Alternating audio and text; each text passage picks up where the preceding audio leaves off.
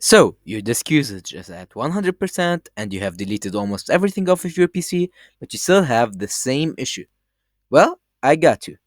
What you have to do is go to Settings, then you're gonna click on Windows Update and check that you're on the latest update.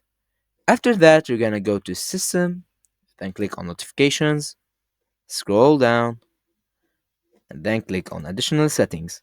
You will unclick this suggestion. After that, you're gonna click on Windows R and type in powercfg.cpl. After you're in, you're gonna make sure that you're on the balanced plan.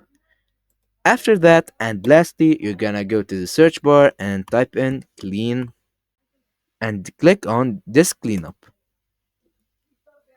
After that, you're gonna click on clean up system files and that will do the work. That was it for today, and I'll see you in another video. Stay tuned.